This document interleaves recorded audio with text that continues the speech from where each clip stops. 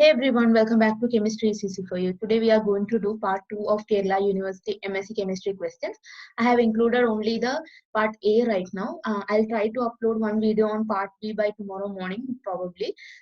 So you can prepare the part 1 right now. And also please watch all the videos that I'm giving in description box because it contains many shortcuts and the necessary lecture videos for you. Try to watch them. It will give you a good revision just before your examination. Also, other MSc questions can be repeated in the Kerala University MSc questions as well. So let's begin without wasting much time. Let's start. The first question here is oxidation state of silver in tolerance reagent is. So the oxidation state, how to find? So oxidation states of Ag changes from +1 to 0 during the reaction tolerance reagent. So we know tolerance reagent is used for the identifications of the aldehydes and ketones, and they'll form a silver mirror when they are reacting with the tolerance reagent and heated. And so in tolerance reagent, it is +1. So the oxidation state of Ag changes from Ag plus to Ag. That is, it changes to metallic silver. That is the change. So the answer that we are looking for is +1 because in tolerance reagent it is +1, and once it reacts, it changes to 0. And this is the reaction. The tolerance reagent can be written like this: AgNH3 twice plus. So the charge on Ag is +1 here. And when it reacts with the carbonyl group, that is aldehyde, here you can see with water, it will give metallic silver, which is Ag, and its oxidation state is 0. So that is the answer we are looking for. Now let's go to the second question. The second question is the total number of atoms per unit cell in a body-centered cubic crystal is. So I have already done a video covering all the portion, including the radii ratio, and also the different crystal systems, all those, and the shortcuts to memorize those. I have covered a video of solid states. I'll give the link in the description box. Please watch that. So the total number of atoms per unit cell in BCC. Let's see each of them, and then so BCC it is 2. So option A is our answer. And apart from that, it is good to know that simple cubic is 1. It has number of atoms per unit cell is 1. An example is polonium. Then for BCC it is 2. And example is cesium chloride. For FCC it is 4, which is the face-centered cubic. And it is example is NaCl, and end-centered it is 2. So please remember this and watch that video for more points from the solid state chapter. Now, next question. 3s orbital of the hydrogen atom has dash radial nodes. So from the given orbital, we need to identify the number of nodes. So there are 3 formulas, one for number of nodes, one for number of radial nodes, and one for number of angular nodes. So let's see. So here for the equations are like this. The number of angular nodes is the orbital L. The quantum number L itself indicates the number of angular nodes. And the number of radial nodes is given by n minus L minus 1, where n is the principal quantum number n. And the total number of nodes will be n minus 1. So here what is asked? Radial nodes is asked. And we know that in 3s, n equal to 3 and L is equal to 0. That is, S corresponds to S has a value of L as 0. For P it is 1, for D it is 2, and so on. So we have the number of radial nodes is equal to 3 minus 0 minus 1, which is equal to 2. So our answer will be option C, 2. Once again I'll repeat. So if you have a principal quantum number and which orbital it is, that is if it is 3s or 4p, if you have that value, then you can find the angular nodes and radial nodes using these equations. The quantum number L directly gives the angular node, number of angular nodes. The radial nodes can be found by n minus L minus 1, and the total number of nodes is given by n minus 1. That's it. Now let's go to the fourth question. Pyrrole undergoes electrophilic substitution at position. So what you need to understand is it is possible to undergo substitution at both second and third position, but it prefers second position more than third. Let's take a look at the reason why. So pyrrole, thiophene, furan, etc. give electrophilic aromatic substitution reaction. Second point is that these are more reactive compared to benzene, and they majorly attack, the electrophiles majorly attack in the second position rather than the third position. In all these, this is not just for pyrrole, this is true for thiophene and furan as well.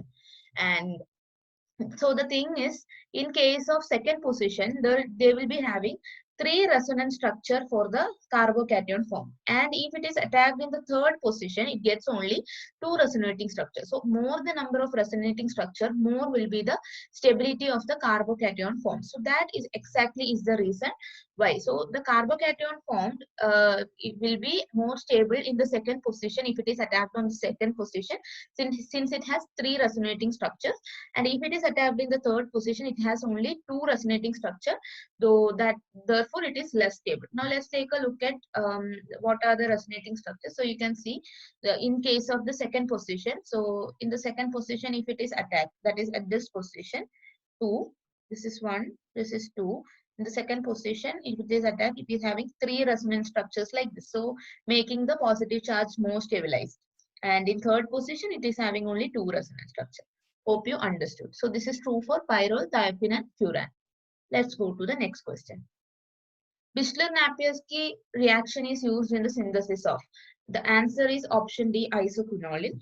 So this particular synthesis, it is having a two-step reaction, and there will be cyclization of N-acyl phenyl ethyl amines. So there will be phenyl ethyl amines. They will be having cyclization first, and that cyclization will result in a dihydroisoquinoline, and the dehydrogenation will be taking place to form isoquinoline. So the representative reaction can be given like this. So POCl3, PCl5, etc. are the dehydrating agent, and we have the PD, palladium and carbon here.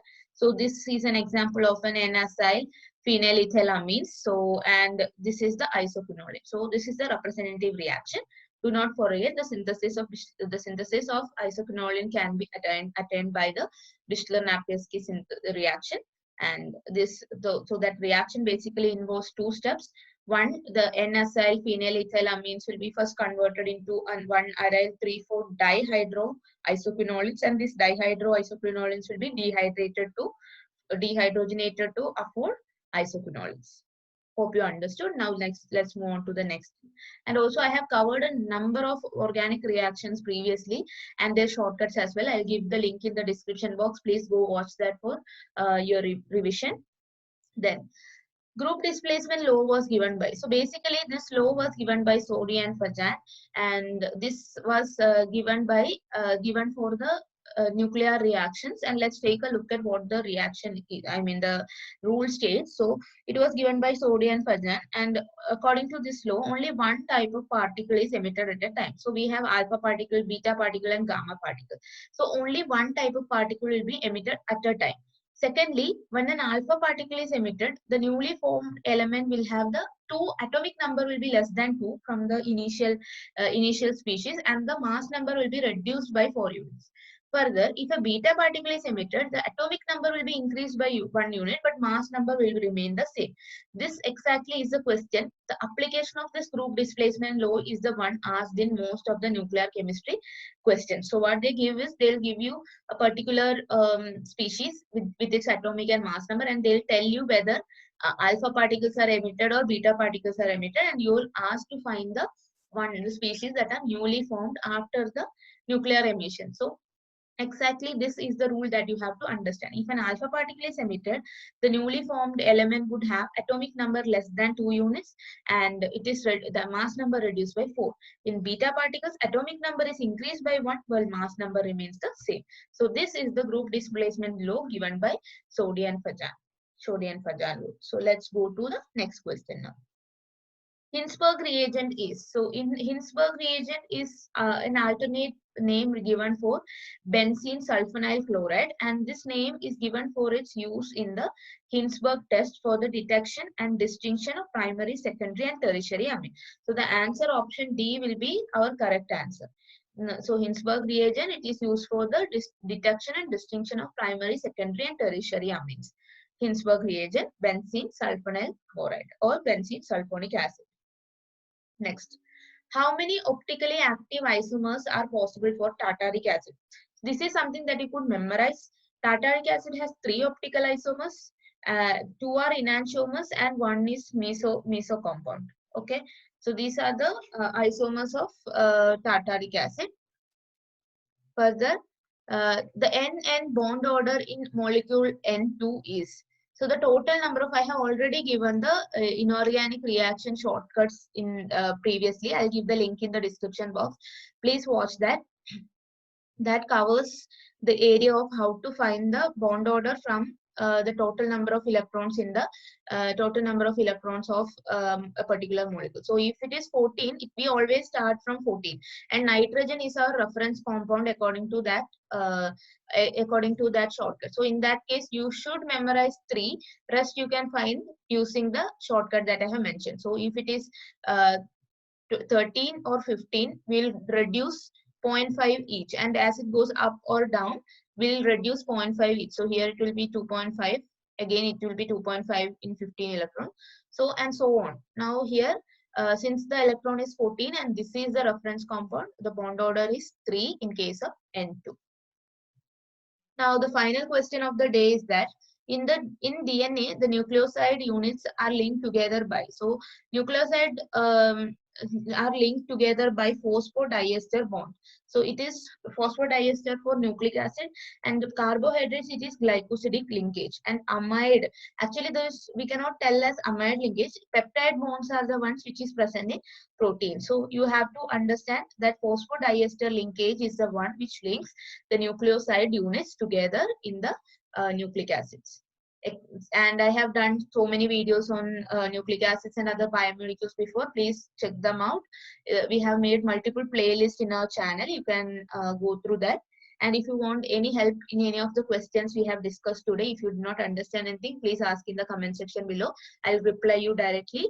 And I try to reply all of you individually, but certain times I miss some comments. Even then, I'll try to reply all of you. So please prepare well. I know your exam is day after tomorrow. I hope you all crack the examination. And thank you so much for watching. If you have not subscribed the channel yet, please subscribe the channel and hit the bell icon for your notification. For part B, I'll try to put a video by tomorrow morning. I'll try my level best. So thank you. All of you have a good day. Bye.